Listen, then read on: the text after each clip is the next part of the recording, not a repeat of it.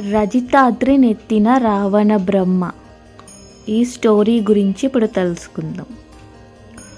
లంకాధిపతి అయిన రావణ బ్రహ్మ ప్రతిదినం 9 కోట్ల శివలింగాలను పూజించే మహాభక్తుడు, పండితుడు, దశముఖ ప్రజ్ఞశాలి. అయినా అప్పుడప్పుడు పొరపాటు పడుతుంటాడు. ఒకప్పుడు ఆయన పుష్పక విమానం ఎక్కి రజితాద్రికి పోయి తన భుజబలాన్ని పరీక్షించుకోవాలని అనుకున్నాడు. అయితే పర్వతం రాగానే వెంటనే పుష్పక విమానం నుంచి క్రిందికి దిగి మంచుకొండను పైకెత్తాడు. హిమశైలం సలించినందున పార్వతి భయభ్రాంత అయినది. అంతయు గ్రహించిన శంకరుడు తన కాలి బొటన వ్రేలితో కొండను క్రింది కదిమి పెట్టాడు. అప్పుడు పర్వతం క్రింద నలిగిపోతున్న రావణుడు తిరిగి క్షమాపణ చెప్పుకొని శివస్తోత్రం చేశాడు.